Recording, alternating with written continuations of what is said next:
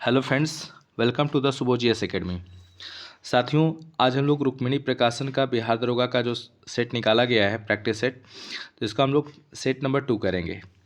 साथियों, मैं आपको बता दूं कि ये बिहार दरोगा के लिए निकाला गया टेस्ट सीरीज काफ़ी ही महत्वपूर्ण क्वेश्चन इस टेस्ट सीरीज में डाले गए हैं और सारे क्वेश्चन काफ़ी ही इम्पॉर्टेंट है। तो आइए हम लोग बिना देरी किए हुए सारे क्वेश्चन को देखते हैं। इसमें 1 से 100 प्रश्न है टोटल, जिसमें हम लोग मैथ और रीजनिंग का प्रश्न को छोड़ देंगे। बाकी जितना भी जीके जीएस करंट अफेयर का क्वेश्चन है सारा एक एक करके हम लोग करेंगे।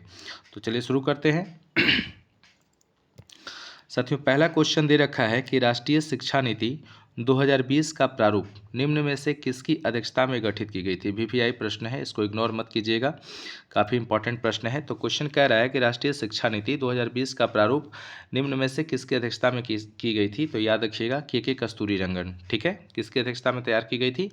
के कस्तूरी रंगन। अगर आपसे पूछे कि नई शिक्षा नीति 2020 का प्रारूप क्या है, तो याद रखिएगा 5+3+3+4 है। ठीक है, याद रखेंगे। चलिए दूसरे क्वेश्चन की ओर चलेंगे। दूसरा क्वेश्चन कह रहा है अंतर्राष्ट्रीय योग दिवस हर वर्ष मनाया जाता है। क्वेश्चन आपसे पूछ रहा है कि अंतर्राष्ट्रीय योग दिवस प्रत्येक वर्ष किस तिथि को मनाया जाता है। तो याद रखिएगा इसका आंसर हो जाएगा ए, यानी कि 21 जून को मनाया जाता है। अब हम लोग अंतर्राष्ट्रीय योग दिवस 2023 के बारे में कुछ जान ले। अगर आपसे सवाल पूछे कि अंतर्राष्ट्रीय योग दिवस 2023 जो मनाया गया इसका थीम क्या था, तो याद रखिएगा वसुधैव कुटुंबकम था। ठीक है, यानी कि अगर आपसे सवाल पूछे कि अंतर्राष्ट्रीय योग दिवस 2023 जो मनाया गया इसका थीम क्या है, तो याद रखेंगे वसुधैव कुटुंबकम के लिए योग। ठीक है, और प्रत्येक वर्ष कब मनाया जाता है? 21 जून को मनाया जाता है। अगर आपसे सवाल ये पूछे कि योग दिवस, ठीक है, अगर आपसे सवाल ये पूछे कि योगपीठ केंद्र कहाँ है, तो याद रखिएगा तो योगपीठ केंद्र यानी कि पतंजलि योगपीठ केंद्र कहाँ है, तो याद रखिएगा पतंजलि योगपीठ केंद्र कहाँ है, तो याद रखेंगे हरिद्वार में है। ठीक है, पतंजलि योगपीठ केंद्र कहाँ है? हरिद्वार में है। अगर आपसे क्वेश्चन पूछे, ठीक है, अगर आपसे क्वेश्चन पूछे, देखिए इसी में 20 जून दे रखा है, अगर इसके बारे में आपसे सवाल पूछ दे कि 20 जून को क्या मनाया जाता है, तो याद रखिएगा विश्व शरणार्थी दिवस प्रत्येक 20 जून को मनाया जाता है। ठीक है, यानी कि प्रत्येक साल 20 जून को क्या मनाया जाता है? विश्व शरणार्थी दिवस मनाया जाता है। 21 जून को क्या मनाया जाता है? विश्व योग दिवस मनाया जाता है। ठीक है, वही अगर आपसे 14 जून पूछ दे, इंपॉर्टेंट है भी प्रश्न, याद रखिएगा 14 जून अगर आपसे पूछे दे, तो याद रखिएगा 14 जून को विश्व रक्तदान दिवस मनाया जाता है। ठीक है, तो मैं समझता हूँ आपको ये सारे प्रश्न क्लियर हो गया होगा। आते हैं नेक्स्ट क्वेश्चन पे। कह रहा है कि प्रथम भारतीय साम्राज्य स्थापित किया गया था। यानी ये 4 आपको राजा दिए हुए हैं। कनिष्क द्वारा, ऑप्शन ए है कनिष्क द्वारा, ऑप्शन बी है हर्ष द्वारा, ऑप्शन सी है चंद्रगुप्त मौर्य द्वारा, ऑप्शन डी है समुद्रगुप्त द्वारा। यानी कि 4 शासकों में आपको बताना है कि प्रथम भारतीय साम्राज्य स्थापित किसने किया था। ठीक है, तो इसका आंसर हो जाएगा ऑप्शन सी, चंद्रगुप्त मौर्य द्वारा जो है प्रथम भारतीय साम्राज्य स्थापित किया गया था। 4 नंबर क्वेश्चन देखें, कह रहा है कि बाल गंगाधर तिलक द्वारा राष्ट्रीयता को बढ़ावा देने हेतु अखबार निकाला गया था। तो याद रखिएगा केसरी। ठीक है, बाल गंगाधर द्वारा 2 अखबार निकाला गया है, एक है मराठा, ठीक है, और दूसरा है केसरी। ठीक है ना, याद रखिएगा आपसे क्वेश्चन ऐसे ही पूछ सकता है कि बीजी तिलक के द्वारा निकाली गई तो 2 पत्रिका का क्या नाम है, तो मराठा और केसरी। ठीक है, चलिए नेक्स्ट क्वेश्चन पे आते हैं। क्वेश्चन आपसे पूछ रहा है कि त्रिपुरी संकट की समाप्ति के बाद कांग्रेस का अध्यक्ष किसे बनाया गया था। तो याद रखिएगा राजेंद्र प्रसाद जो है त्रिपुरी संकट के बाद कांग्रेस के अध्यक्ष बने थे। ठीक है, इंपॉर्टेंट प्रश्न है ये भी, इसको वीवीआई कर लीजिएगा। 6 नंबर क्वेश्चन पे आ रहे हैं, कह रहा है कि आज़ाद हिंद फौज का प्रथम सेनापति था। यानी आपसे क्वेश्चन पूछेगा कि आज़ाद हिंद फौज का प्रथम सेनापति कौन थे, तो याद रखिएगा कैप्टन मोहन सिंह। इसका आंसर क्या हो जाएगा? Option A, captain Mohan Singh थे। ठीक है, 7वां क्वेश्चन को हम लोग करेंगे। कह रहा है कि विधवा पुनर्विवाह अधिनियम किसके कार्यकाल में क्रियान्वित किया गया। ठीक है, तो याद रखिएगा सॉरी, विधवा पुनर्विवाह अधिनियम जो है लॉर्ड कैनिंग के शासनकाल में क्रियान्वित किया गया था। ठीक है, अगर आपसे सवाल ये पूछे कि 1857 के समय, अगर आपसे सवाल पूछे कि 1857 के क्रांति के समय तत्कालीन गवर्नर जनरल कौन था, तो याद रखिएगा लॉर्ड कैनिंग ही था। ठीक है, नेक्स्ट क्वेश्चन पे आते हैं। नेक्स्ट क्वेश्चन कह रहा है कि ये मैथ का क्वेश्चन है, इसको छोड़ देते हैं। 9 नंबर क्वेश्चन है, कह रहा है कि कर्म का सिद्धांत है। याद रखिएगा कर्म का सिद्धांत किससे है, तो मीमांसा से है। आपसे क्वेश्चन पूछे कि कर्म का सिद्धांत किससे है, तो किससे होगा? मीमांसा से होगा, याद रखिएगा।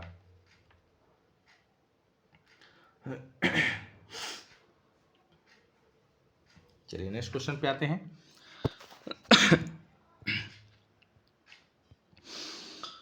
10 नंबर क्वेश्चन कह रहा है कि ऋतुएं क्यों होती है। याद रखिएगा, क्वेश्चन कह रहा है ऋतुएं क्यों होती है। देखिए इसका चारों ऑप्शन को अच्छा से पढ़ रहे हैं, आप लोग ध्यान से सुनिएगा। ऑप्शन ए है कि पृथ्वी के अपने अक्ष पर घूर्णन के कारण। ऑप्शन बी है कि पृथ्वी के सूर्य के चारों ओर परिभ्रमण के कारण। ऑप्शन सी है पृथ्वी के अक्ष के झुकाव के कारण।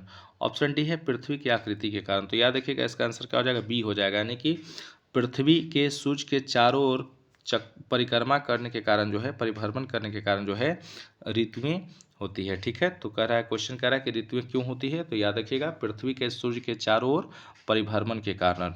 ठीक है, 11 नंबर क्वेश्चन कह रहा है कि ग्रीनविच किस देश में अवस्थित है, यानी कि आपसे ग्रीनविच रेखा के बारे में पूछ रहा है कि किस देश में अवस्थित है, तो याद रखिएगा यूके में है। कहाँ है, यूके में। 12 नंबर क्वेश्चन देखें, कह रहा है कि निम्न तत्वों में से कौन से भूपर्पट्टी में क्रमशः अधिकतम और निम्नतम मात्रा में पाए जाते हैं। ये भी इंपॉर्टेंट क्वेश्चन है। ठीक है, तो पहले इसका जितना भी ऑप्शन दिया हुआ है एक एक ऑप्शन को अच्छा से समझेंगे। ऑप्शन ए है ऑक्सीजन और सिलिका। ऑप्शन बी है कैल्शियम और सोडियम। ऑप्शन सी है सोडियम और मैग्नीशियम। ऑप्शन डी है ऑक्सीजन और मैग्नीशियम। तो याद रखिएगा इसका आंसर क्या हो जाएगा, डी हो जाएगा, ऑक्सीजन और मैग्नीशियम हो जाएगा। ठीक है, 13 नंबर क्वेश्चन मैथ का है, इसको छोड़ देते हैं।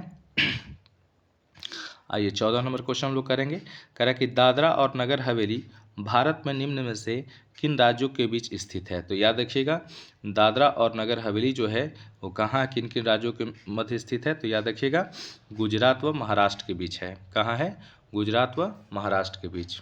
ठीक है, 15 नंबर क्वेश्चन देखिए, 15 नंबर कह रहा है सुमेलित करने के लिए। ठीक है, तो एक साइड जो है, एक साइड बहुउद्देशीय परियोजना दिया हुआ है, दूसरे साइड नदी दिया हुआ है, यानी कि मिलान करना है कि कौन सी परियोजना किस नदी पे है। ठीक है, तो इसको ध्यान से देखिएगा थोड़ा सा क्वेश्चन को।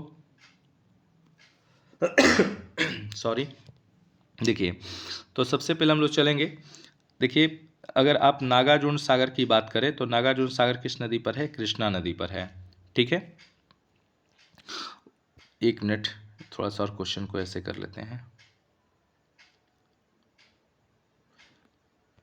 चलिए ध्यान से देखिएगा, थोड़ा सा क्वेश्चन को और थोड़ा बड़ा कर ले रहे हैं क्योंकि क्लियर नहीं हो पा रहा है। देखिएगा तो नागार्जुन सागर से हम लोग करेंगे, यानी सी का कौन हो जाएगा, नागार्जुन सागर कहाँ है, तो याद रखिएगा सी का आपका हो जाएगा 3, यानी कि कृष्णा नदी। ठीक है, वहीं बी का हम लोग करें माता टीला। याद रखिएगा माता टीला परियोजना किस नदी पर है, तो याद रखिएगा माता टीला परियोजना जो है बेतवा नदी पर है। वहीं अगर हम लोग, यानी कि इसका आंसर क्या हो जाएगा, सी हो जाएगा। याद रखिएगा ए का 4, यानी कि इडुक्की परियोजना, अगर आपसे सवाल पूछे इडुक्की परियोजना तो याद रखिएगा पेरियार नदी पर है। उसके बाद अगर आपसे पूछे माता टीला किस नदी पर है, तो बेतवा नदी पर है। अगर आपसे पूछे नागार्जुन सागर किस नदी पर है, कृष्णा नदी पर है। अगर आपसे पूछे पोचमपाद परियोजना किस नदी पर है, तो गोदावरी नदी पर है। यानी कि इसका आंसर क्या हो जाएगा, सी हो जाएगा। एक बार फिर से देख लीजिए, अगर आपसे क्वेश्चन पूछे इडुक्की परियोजना किस नदी पर है, तो पेरियार नदी पर है। माता टीला परियोजना किस नदी पर है, तो याद रखिएगा बेतवा नदी पर है। नागार्जुन सागर किस नदी पर है, तो याद रखिएगा कृष्णा नदी पर है। पोचमपाद अगर पूछे तो याद रखिएगा गोदावरी नदी पर है। ठीक है, चलिए 16 नंबर क्वेश्चन लोग करेंगे। 16 नंबर क्वेश्चन को देखिएगा ध्यान से। कह रहा है कि स्थानांतरणशील कृषि के संदर्भ में सत्य कथन को पहचान कीजिए। देखिए स्थानांतरणशील कृषि जो होता है इसको झूम कृषि के नाम से भी जाना जाता है। तो पहले इसके 4 ठो जो विकल्प दिया हुआ है इसके बारे में हम लोग पढ़ेंगे। कह रहा है कि इससे भूमि की जुताई नहीं की जाती है। ठीक है, 2 नंबर विकल्प दिया हुआ है, कह रहा है कि इसमें वनों को साफ कर या जलाकर कृषि की जाती है। ये तो बिल्कुल सही है, झूम कृषि में क्या होता है, वनों को काट करके या साफ करके या जला करके कृषि की जाती है। सी नंबर कह रहा है कि इसमें फसल चक्र विधि अपनाई जाती है। डी कह रहा है, मतलब कि 4 नंबर को ऑप्शन कह रहा है कि इसका संबंध चारे व कृषि के लिए मौसमी प्रवास से होती है।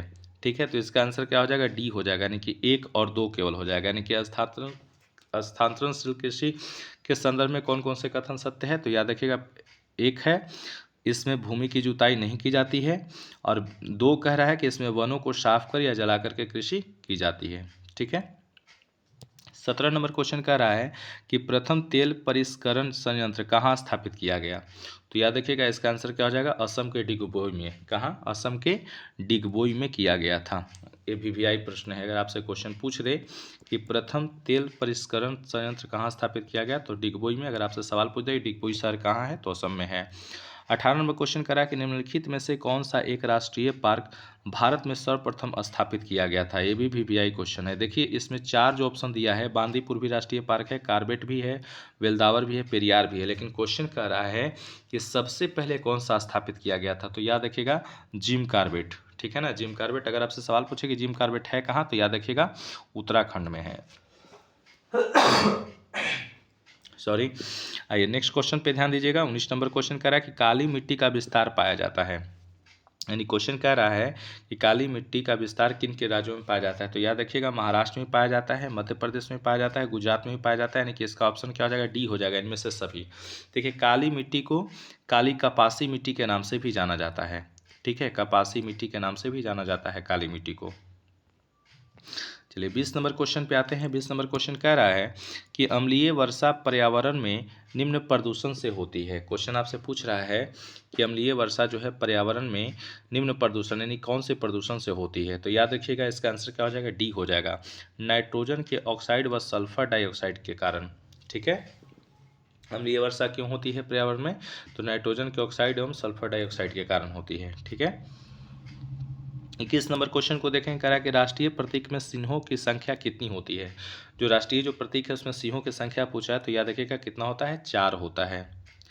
22 नंबर क्वेश्चन को देखें, कह रहा है कि किस तिथि से संविधान सभा का अंतरिम संसद के रूप में आविर्भाव हुआ।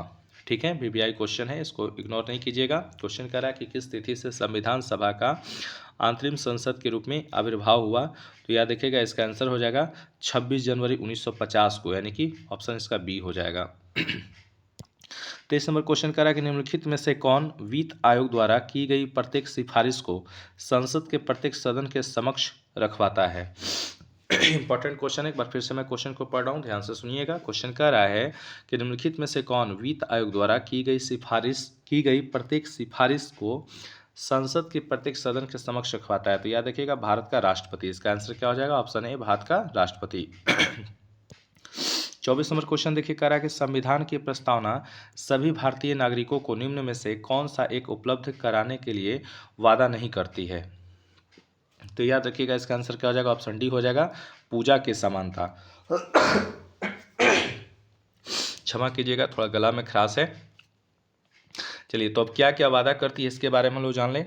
सामाजिक न्याय का वादा करती है, राजनीतिक न्याय की वादा करती है, विचार की स्वतंत्रता की वादा करती है, लेकिन पूजा के समानता का भारतीय संविधान वादा नहीं करती है। ठीक है।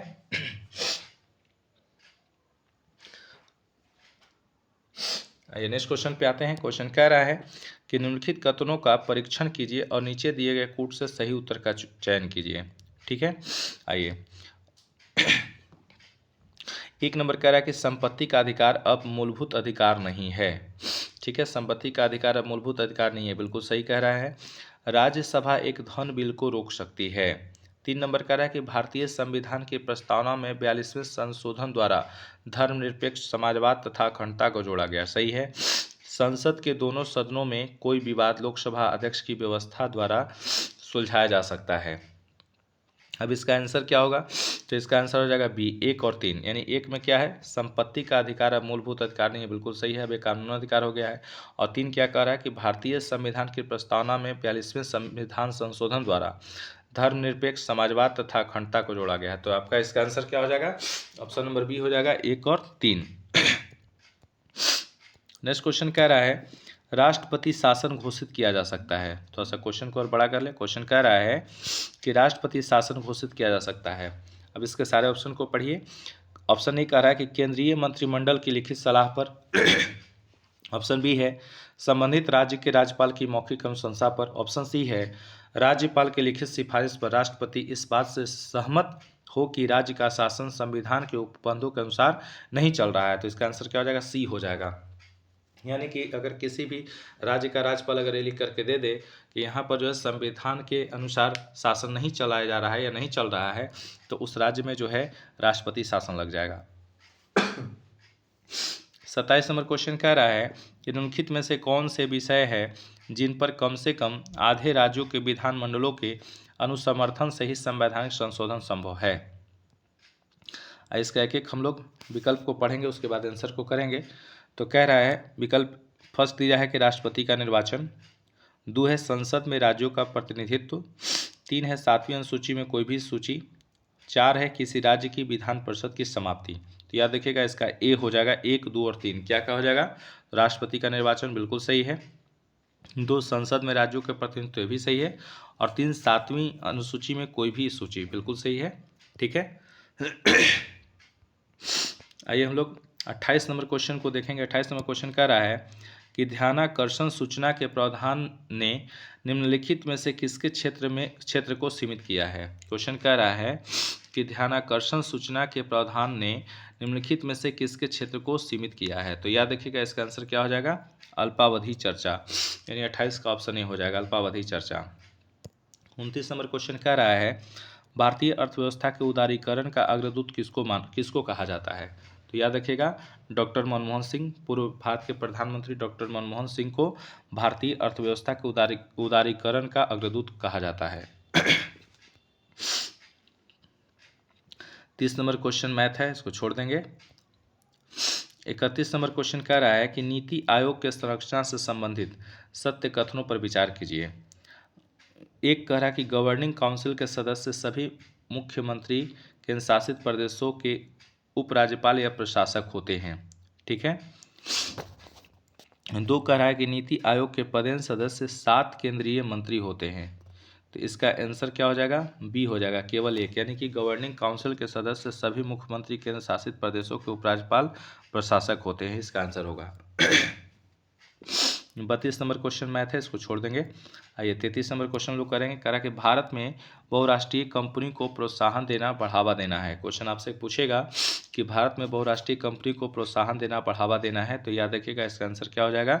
इसका आंसर हो जाएगा डी, उपरोक्त सभी नीतियों का। आप कौन कौन सा नीति, ध्यान से सुनिएगा, निजीकरण की नीति को, वैश्वीकरण नीति को, उदारीकरण नीति को। 34 नंबर क्वेश्चन कह रहा है कि भारतीय रुपया पूर्णतः परिवर्तनीय है। ठीक है, अब क्या इसका आंसर होगा? ध्यान से देखिएगा।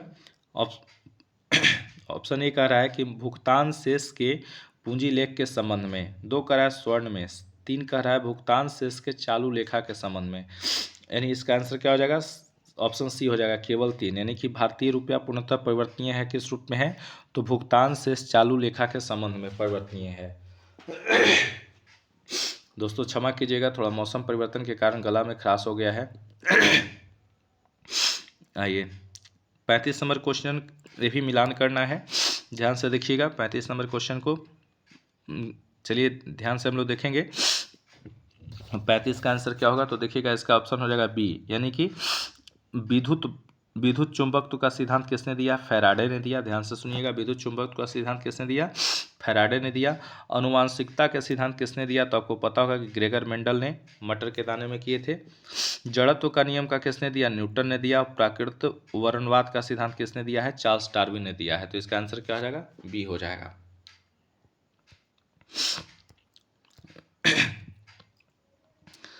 36 नंबर क्वेश्चन को देखिए। 36 नंबर क्वेश्चन कह रहा है कि जब कठोर जल पूर्णतः वाष्पीकृत हो जाता है तो पात्र में सफ़ेद ठोस बचा रह जाता है। यह निम्नलिखित में से किनकी उपस्थिति के कारण होता है? तो इसका आंसर क्या हो जाएगा? ऑप्शन डी हो जाएगा, यानी कि ये सभी। ठीक है, किसके कारण होता है? तो Ca और Mg के कार्बोनेट, Ca और Mg के सल्फेट, और Ca और Mg के क्लोराइड के कारण, सभी के कारण होता है। इस क्वेश्चन को देखिएगा, कह रहा है कि कैप्सूल का आवरण बना होता है। आपसे क्वेश्चन पूछेगा, 37 नंबर क्वेश्चन है कि कैप्सूल का आवरण बना होता है तो स्टार्च का बना होता है। वीवीआई प्रश्न है, इसको इग्नोर नहीं कीजिएगा। 38 नंबर क्वेश्चन कह रहा है कि वैद्युत अपघटन में ऑक्सीकरण होता है। इंपॉर्टेंट सवाल है, आपसे क्वेश्चन पूछेगा, वैद्युत अपघटन में ऑक्सीकरण होता है, तो याद रखिएगा इसका आंसर क्या होगा? बी होगा, एनोड पर। 39 नंबर क्वेश्चन कह रहा है कि एथिलीन अणु की आकृति होती है। क्वेश्चन कह रहा है कि एथिलीन अणु की आकृति होती है, तो याद रखिएगा समतल त्रिकोणीय होती है। कैसी होती है? समतल त्रिकोणीय। 40 नंबर क्वेश्चन कह रहा है कि भारत का पहला रिमोट सेंसिंग सैटेलाइट छोड़ा गया था। याद रखिएगा वीवीआई क्वेश्चन है, अभी सैटेलाइट से क्वेश्चन ज़्यादा एग्जाम में पूछ रहा है, आपसे क्वेश्चन पूछ सकता है। भारत का पहला रिमोट सेंसिंग सैटेलाइट छोड़ा गया था? तो याद रखिएगा इसका आंसर हो जाएगा बैंकानूर से। कहाँ से होगा? बैंकानूर से।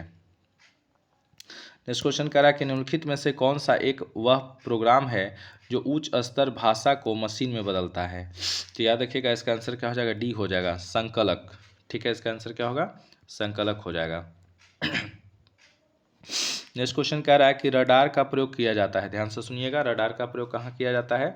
तो याद रखिएगा रडार का प्रयोग हम लोग कहाँ करते हैं? तो इसका आंसर हो जाएगा कि रेडियो तरंगों द्वारा वस्तुओं की उपस्थित तथा अवस्थिति ज्ञात करने के लिए, यानी कि इसका आंसर क्या हो जाएगा? सी हो जाएगा। ठीक है। 44 नंबर क्वेश्चन कह रहा है कि निम्नलिखित में से कौन सा तत्व मनुष्य में प्राकृतिक रूप से नहीं होता है? देखिए, नहीं होता है, क्वेश्चन को ध्यान से देखिएगा क्योंकि एग्जाम में ऐसा क्वेश्चन डाल करके ना फंसा देता है। ठीक है, तो क्वेश्चन कह रहा है कि निम्नलिखित में से कौन सा तत्व मनुष्य में प्राकृतिक रूप से नहीं होता है? तो याद रखिएगा शीशा नहीं होता है। बाकी कौन कौन होता है? तांबा होता है, जस्ता होता है, आयोडीन होता है। 45 नंबर क्वेश्चन कह रहा है कि वह रेडियो समस्थानिक जिसे परिवहन तंत्र में खून के थक्के का पता लगाने हेतु प्रयोग में लाया जाता है। तो याद रखिएगा इसका आंसर क्या हो जाएगा? इसका आंसर हो जाएगा सोडियम 24। ठीक है, आप लोग कमेंट करके बताइएगा कि कोबाल्ट 60 किसके लिए प्रयोग होता है। ठीक है, याद रखिएगा इसका आंसर क्या होगा? वह रेडियो समस्थानिक जिससे परिवहन तंत्र में खून के थक्के का पता लगाने के लिए प्रयोग किया जाता है। तो इसका आंसर क्या हो जाएगा? सोडियम 24 होगा। आप लोग से मैं क्वेश्चन पूछ रहा हूँ कि कोबाल्ट 60 का प्रयोग किस लिए किया जाता है। ठीक है, आप लोग मुझे कमेंट करके बताएंगे। नेक्स्ट क्वेश्चन हम लोग करेंगे 47 नंबर क्वेश्चन। ध्यान से देखिएगा।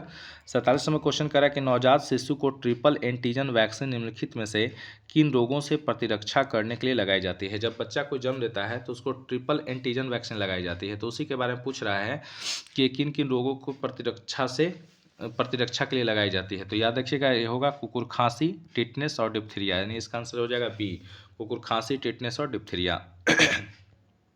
48 नंबर क्वेश्चन कह रहा है कि गहरे समुद्र के गोताखोर निम्न में से किस एक गैस के मिश्रण का उपयोग करते हैं? तो याद रखिएगा इसका आंसर हो जाएगा ए, हीलियम ऑक्सीजन का मिश्रण। ठीक है, यानी गोताखोर लोग कौन से गैस का जो मिश्रण का उपयोग करते हैं? हीलियम और ऑक्सीजन के मिश्रण का उपयोग करते हैं।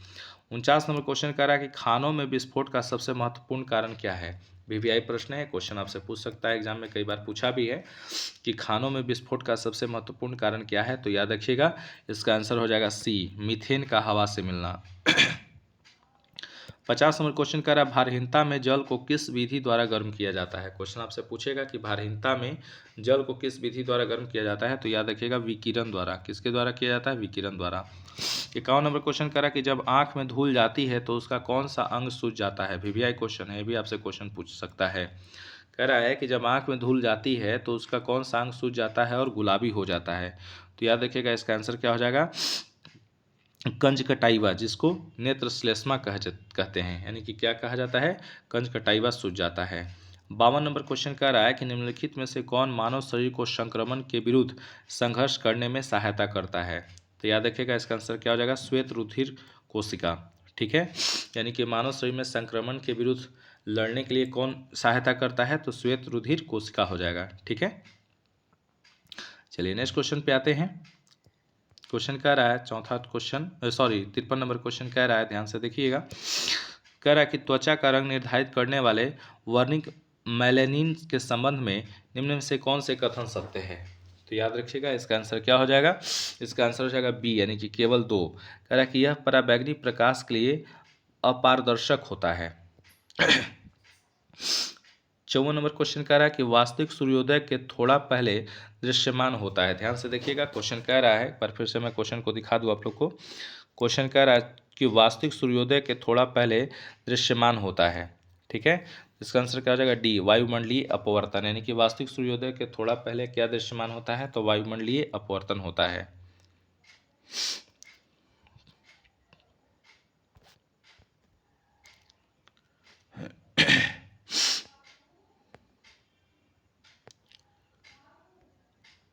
55 नंबर क्वेश्चन कह रहा है, ध्यान से देखिएगा। कह रहा है कि निम्नलिखित संस्थानों पर विचार कीजिए। एक कह रहा है कि भौतिक अनुसंधान प्रयोगशाला, 2 है अंतरिक्ष अनुप्रयोग केंद्र, 3 है विक्रम साराभाई अंतरिक्ष केंद्र। अब कह रहा है कि उपयुक्त स्थानों में से कौन सा या कौन से अहमदाबाद में स्थित है? तो याद रखिएगा इसका आंसर क्या हो जाएगा? बी हो जाएगा, यानी कि इसका आंसर क्या होगा? बी 1 और 2, यानी अहमदाबाद में कौन कौन है? तो भौतिक अनुसंधान प्रयोगशाला और अंतरिक्ष अनुप्रयोग केंद्र दोनों कहाँ है? अहमदाबाद में है। ठीक है, कौन कौन है? भौतिक अनुसंधान प्रयोगशाला और अंतरिक्ष अनुप्रयोग केंद्र। 56 नंबर क्वेश्चन कह रहा है कि निम्नलिखित में से कौन सा एक संयुक्त राष्ट्र संघ का प्रमुख अंग नहीं है? इंपॉर्टेंट सवाल है, ध्यान से देखिएगा। क्वेश्चन कह रहा है कि निम्नलिखित में से कौन सा एक संयुक्त राष्ट्र संघ का प्रमुख अंग नहीं है? तो याद रखिएगा, इसका आंसर क्या हो जाएगा? डी हो जाएगा, खाद्य एवं कृषि संगठन। बाकी है कौन कौन? ध्यान से देखेंगे। अंतर्राष्ट्रीय न्यायालय है, आर्थिक एवं सामाजिक परिषद है, न्यास परिषद है। और कौन नहीं है? खाद्य एवं कृषि संगठन नहीं है। 57 नंबर क्वेश्चन कर रहा है कि भारत सदस्य नहीं है, याद रखिएगा। तो इसका आंसर क्या हो जाएगा? डी, एशिया प्रशांत आर्थिक सहयोग संगठन का भारत सदस्य नहीं है। अब किस किस का है? ध्यान से देखेंगे। देशों के राष्ट्रकुल का, सार्क का है और नाम संगठन का है, लेकिन किसका नहीं है? एशिया प्रशांत आर्थिक सहयोग संगठन का नहीं है। 58 नंबर क्वेश्चन कर रहा है कि गिल्फ्सेज ऑफ वर्ल्ड हिस्ट्री पुस्तक रचयिता कौन है? तो याद रखिएगा, इसका आंसर क्या हो जाएगा? इसका आंसर होगा बी, जवाहरलाल नेहरू। ठीक है, गिल्फ्सेज ऑफ वर्ल्ड हिस्ट्री की पुस्तक रचयिता कौन है? जवाहरलाल नेहरू। 59 नंबर क्वेश्चन कर रहा है कि इसरो का पूर्ण रूप क्या है? तो याद रखिएगा, इसका आंसर क्या हो जाएगा? B, Indian space research organisation. ठीक है। 60 नंबर क्वेश्चन देखिएगा। 60 नंबर क्वेश्चन कह रहा है कि विश्व खाद्य दिवस प्रतिवर्ष किस तारीख को मनाया जाता है? तो याद रखिएगा, इसका आंसर क्या हो जाएगा? 16 अक्टूबर को प्रतिवर्ष क्या मनाया जाता है? विश्व खाद्य दिवस मनाया जाता है। 61 नंबर क्वेश्चन कह रहा है कि भारत ने सर्वप्रथम ओलंपिक का हॉकी खेलों में भाग किस वर्ष लिया था? तो याद रखिएगा, इसका आंसर क्या होगा? सी, 1928 में एम्स्टर्डम ओलंपिक में भारत जो है पहली बार हॉकी खेल में भाग लिया था। 62 नंबर क्वेश्चन कह रहा है कि निम्नलिखित में से कौन सा पुरस्कार केवल साहित्य के संबंध में दिया जाता है? तो याद रखिएगा, ज्ञानपीठ पुरस्कार। ठीक है, कौन सा पुरस्कार दिया जाता है? ज्ञानपीठ पुरस्कार। 63 नंबर क्वेश्चन कह रहा है कि भारत में सूफी संप्रदाय का संस्थापक किसे माना जाता है? तो याद रखिएगा, ख्वाजा मोइनुद्दीन चिश्ती को भारत में सूफी संप्रदाय का संस्थापक माना जाता है। 64 नंबर क्वेश्चन मैथ है, उसको छोड़ देंगे। 65 नंबर क्वेश्चन देखेंगे, कह रहा है कि भारत में शहरी जनसंख्या का प्रतिशत है। तो याद रखिएगा, भारत में शहरी जनसंख्या का प्रतिशत है 31.16%। ठीक है, कितना है? 31.16% है।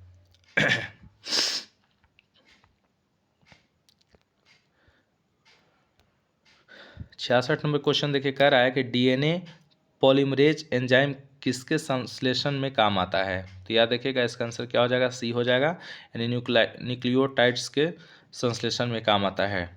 ठीक है। 67 नंबर क्वेश्चन कह रहा है कि कर को प्रतिगामी तब कहा जाता है जब उसका भार, तो याद रखिएगा, इसका आंसर क्या होगा? सी, अमीरों की तुलना में गरीबों पर बहुत अधिक पड़े। ठीक है, यानी कि अमीरों की तुलना में गरीबों पर बहुत अधिक पड़े, उसे क्या कहते हैं? कर को प्रतिगामी कहा जाता है। 68 नंबर क्वेश्चन कह रहा है कि निम्नलिखित में से कौन ग्रीन हाउस प्रभाव में योगदान नहीं करता है? तो याद रखिएगा, सी, सल्फर डाइऑक्साइड नहीं करता है। बाकी कौन कौन करता है? ओजोन करता है, मीथेन करता है, कार्बन डाइऑक्साइड करता है। 69 नंबर क्वेश्चन कह रहा है ग्लोबल 500 पुरस्कार दिए जाते हैं। तो याद रखिएगा, पर्यावरण प्रतिरक्षा के लिए ग्लोबल 500 पुरस्कार दिए जाते हैं। 70 नंबर क्वेश्चन कह रहा है कि निम्न में से किस स्तंभ अभिलेख में वासुदेव श्री कृष्ण का प्रारंभिक उल्लेख पाया जाता है? तो याद रखिएगा, इसका आंसर क्या हो जाएगा? ए, गरुड़ स्तंभ अभिलेख। वीवीआई प्रश्न है, इसको इग्नोर नहीं कीजिएगा। क्वेश्चन कह रहा है, एक बार फिर से सुन लीजिए कि निम्न में से किस स्तंभ अभिलेख में वासुदेव श्री कृष्ण का प्रारंभिक उल्लेख पाया जाता है? तो गरुड़ स्तंभ अभिलेख में। 71 नंबर क्वेश्चन कह रहा है कि रेखागणित संबंधी सिद्धांतों के प्रतिपादन तथा विकास का प्रधान श्रेय निम्न में से किसे दिया जाता है? तो याद रखिएगा, बौधायन को दिया जाता है। इंपॉर्टेंट सवाल है। क्वेश्चन कह रहा है, एक बार फिर से क्वेश्चन को सुनिएगा। क्वेश्चन कह रहा है कि रेखागणित संबंधी सिद्धांतों के प्रतिपादन तथा विकास का प्रधान श्रेय निम्न में से किसे दिया जाता है? तो किसे दिया जाता है? बौधायन को दिया जाता है। 72 नंबर क्वेश्चन है, महमूद गजनवी के आक्रमण के समय कौन से प्रसिद्ध लेखक उसके साथ भारत आया था? तो याद रखिएगा, अलबरूनी भारत आया था। कौन आया था? अलबरूनी। 73 नंबर क्वेश्चन कह रहा है कि शेरशाह के समय तांबे के दाम और चांदी के रुपया का विनिमय दर क्या थी? इंपॉर्टेंट सवाल है, तो याद रखिएगा, इसका आंसर क्या हो जाएगा? इसका आंसर होगा 64:1। ठीक है, 64:1 था। क्वेश्चन बिहार स्पेशल का क्वेश्चन है, याद रखिएगा। क्वेश्चन कह रहा है कि शेरशाह के समय तांबे के दाम और चांदी के रुपए की विनिमय की दर क्या थी? तो 64:1। 74 नंबर क्वेश्चन कह रहा है कि हुआ हुआ आंदोलन किस प्रकृति का था? ठीक है, क्वेश्चन कह रहा है कि हुआ हुआ आंदोलन किस प्रकृति का था? वीवीआई प्रश्न है, तो याद रखिएगा, इसका आंसर क्या हो जाएगा? इसका आंसर होगा बी, क्रांतिकारी धार्मिक। ठीक है, हुआ किसका था? क्रांतिकारी धार्मिक। 75वां क्वेश्चन कह रहा है कि मार्च 1946 में फ्रांस एवं वियतनाम के बीच होने वाला समझौता किस नाम से जाना गया? तो याद रखिएगा, हनोई समझौता के नाम से जाना गया। 1946 में फ्रांस और वियतनाम के बीच जो समझौता हुआ उसे हनोई समझौता के नाम से जाना गया। 76 नंबर क्वेश्चन कह रहा है कि निम्न में से किसने वर्ष 1921 में रूस में नई आर्थिक नीति को लागू किया था? तो याद रखिएगा, इसका आंसर क्या होगा? लेनिन। 77 नंबर क्वेश्चन कह रहा है कि निम्न में से कौन सी झील तंजानिया और युगांडा के बीच अंतर्राष्ट्रीय सीमा बनाती है? तो याद रखिएगा, इसका आंसर क्या हो जाएगा? विक्टोरिया झील। विक्टोरिया झील जो है तंजानिया और युगांडा के बीच क्या करती है? सीमा रेखा बनाती है। वीवीआई क्वेश्चन है, इसको याद रखिएगा। नेक्स्ट क्वेश्चन कह रहा है, 78 नंबर क्वेश्चन है कि मौना लोआ एक सक्रिय ज्वालामुखी है। तो याद रखिएगा, ये कहाँ है? हवाई द्वीप का एक सक्रिय ज्वालामुखी है। कौन सा? मौना लोआ एक हवाई द्वीप का सक्रिय ज्वालामुखी है। 79 नंबर क्वेश्चन कह रहा है कि फ्रांस तथा स्पेन के बीच सीमा बनाने वाला पर्वत है। तो याद रखिएगा, इसका आंसर हो जाएगा ए, पेरनीज पर्वत जो है फ्रांस तथा स्पेन के बीच सीमा रेखा बनाता है। 80 नंबर क्वेश्चन कह रहा है कि खुले नदमुखों के धंसान से संबंधित तट है। तो याद रखिएगा, रिया। 81 नंबर क्वेश्चन कह रहा है कि सामाजिक विकास की 3 अवस्थाओं का सिद्धांत मूलतः किसने प्रतिपादित किया था? तो इसका ऑप्शन क्या हो जाएगा? B, Auguste Comte. ठीक है, याद रखिएगा, कह रहा है कि सामाजिक विकास की 3 अवस्थाओं का सिद्धांत मूलतः किसने प्रतिपादित किया था? तो कौन? अगस्ट कॉम्टे ने। 82 नंबर क्वेश्चन कह रहा है कि सामाजिक स्थिरता और सामाजिक गतिका का सिद्धांत किसके द्वारा प्रस्तुत किया गया था? तो याद रखिएगा, ऑगस्टा कॉम्टे के द्वारा। 83 नंबर क्वेश्चन कह रहा है कि निम्न वर्ग संस्कृति डॉट डॉट का एक उदाहरण है। तो याद रखेंगे, इसका आंसर क्या हो जाएगा? बी, उप संस्कृति का। 84 नंबर क्वेश्चन कह रहा है, करंट अफेयर का क्वेश्चन है, ध्यान से देखिएगा। 2 जुलाई 2023 को महाराष्ट्र के नए उप मुख्यमंत्री के रूप में किसने शपथ ली है? तो याद रखिएगा, इसका आंसर क्या हो जाएगा? अजीत पवार। क्वेश्चन आपसे पूछ सकता है कि 2 जुलाई 2023 को महाराष्ट्र के नए उप मुख्यमंत्री के रूप में किसने शपथ ली है? तो अजीत पवार ने। 85 नंबर क्वेश्चन कह रहा है कि जुलाई 2023 में राष्ट्रीय उपभोक्ता विवाद निवारण आयोग का अध्यक्ष किसे नियुक्त किया गया? तो याद रखिएगा, इसका आंसर क्या हो जाएगा? एपी शाही को। यानी आपसे सवाल पूछ सकता है कि जुलाई 2023 में राष्ट्रीय उपभोक्ता विवाद निवारण आयोग का अध्यक्ष किसे नियुक्त किया गया? तो एपी शाही को नियुक्त किया गया। 86 नंबर क्वेश्चन कह रहा है कि ग्लोबल पीस इंडेक्स 2023 में दुनिया का सबसे शांतिपूर्ण देश किसे घोषित किया गया है? तो याद रखिएगा, इसका आंसर क्या हो जाएगा? आइसलैंड। ठीक है, आइसलैंड को क्या किया गया है? दुनिया का सबसे शांतिपूर्ण देश घोषित किया गया है। 87 नंबर क्वेश्चन कह रहा है कि उबिनास ज्वालामुखी में विस्फोट के कारण किस देश ने आपातकाल की घोषणा की है? तो याद रखिएगा, इसका आंसर क्या हो जाएगा? पेरू। यानी पेरू ने उबिनास ज्वालामुखी के विस्फोट के कारण जो है आपातकाल की घोषणा की है। 88 नंबर क्वेश्चन कह रहा है कि भारत के बाहर पहला आईआईटी परिसर किस देश में स्थापित किया जाएगा? तो याद रखिएगा, इसका आंसर क्या हो जाएगा? तंजानिया में। कहाँ होगा? तंजानिया में किया जाएगा। 89 नंबर क्वेश्चन कह रहा है कि AIFF men's footballer players of the year 2022-23 किसे नामित किया गया है? तो याद रखिएगा, इसका आंसर क्या हो जाएगा? लालियानुजुआला चांगते को। 90 नंबर क्वेश्चन कह रहा है कि नई दिल्ली में भारत 6G अलायंस किसने लॉन्च किया है? तो इसका आंसर हो जाएगा अश्विनी वैष्णव। वीवीआई प्रश्न है, आपसे क्वेश्चन पूछ सकता है कि नई दिल्ली में भारत 6G अलायंस किसने लॉन्च किया है? तो याद रखिएगा, अश्विनी वैष्णव ने। 91 नंबर क्वेश्चन कह रहा है कि संघाई सहयोग संगठन 2023 के क्षमा कीजिएगा, कह रहा है क्वेश्चन कि संघाई सहयोग संगठन के 23वें शिखर सम्मेलन का आयोजन किस देश की अध्यक्षता में हुआ? तो याद रखिएगा, इसका आंसर क्या होगा? डी, भारत की अध्यक्षता में हुआ। 92 नंबर क्वेश्चन करा कि 17-18 अगस्त 2023 को पारंपरिक औषधि वैश्विक शिखर सम्मेलन का आयोजन कहाँ किया गया? तो याद रखिएगा, गांधीनगर, गुजरात के गांधीनगर में किया गया। 93 नंबर क्वेश्चन करा है जून 2023 में भारत ने किस देश को स्वदेश निर्मित मिसाइल कॉर्वेट INS कृपान उपहार में दिया है? तो याद रखिएगा, इसका आंसर क्या होगा? वियतनाम। 94 नंबर क्वेश्चन करा कि किस एजेंसी द्वारा मई 2023 में 8 राज्यों में ऑपरेशन ध्वस्त का संचालन किया गया? तो याद रखिएगा, इसका आंसर हो जाएगा NIA। 95 नंबर क्वेश्चन करा कि युगे युगिन भारत राष्ट्रीय संग्रहालय किस राज्य या केंद्र शासित प्रदेश में स्थापित किया जाएगा? तो याद रखिएगा, इसका आंसर होगा नई दिल्ली। 96 नंबर क्वेश्चन कर रहा है कि जगनानुक चेबुदम कार्यक्रम किस राज्य में चलाया गया? तो याद रखिएगा इसका आंसर होगा आंध्र प्रदेश। 97वां क्वेश्चन का है 3D printed super Allianz GRX 810 किस देश ने विकसित किया है? तो याद रखिएगा इसका आंसर क्या हो जाएगा, इसका आंसर होगा डी अमेरिका। 98वां क्वेश्चन है कि किस भारत राज्य ने डॉक्टर BR अम्बेडकर का पुरस्कार की घोषणा किया है, यानी कि किस भारतीय राज्य ने डॉक्टर BR अम्बेडकर पुरस्कार की घोषणा किया है? तो याद रखिएगा इसका आंसर हो जाएगा तेलंगाना राज्य ने। 99वां क्वेश्चन कह रहा है कि मार्च 2023 में किस देश में 30 वर्षों में पहली बार पोलियो के मामले दर्ज किए गए हैं? तो याद रखिएगा इसका आंसर होगा बुरुंडी। ठीक है, आज का अंतिम प्रश्न इस सेट का अंतिम प्रश्न है।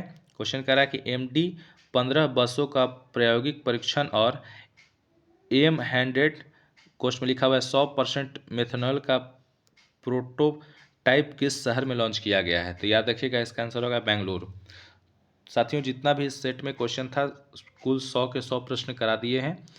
आप लोग को अगर ये मेरा प्रयास अच्छा लगेगा तो वीडियो को शेयर कीजिएगा, चैनल को सब्सक्राइब कीजिएगा। धन्यवाद।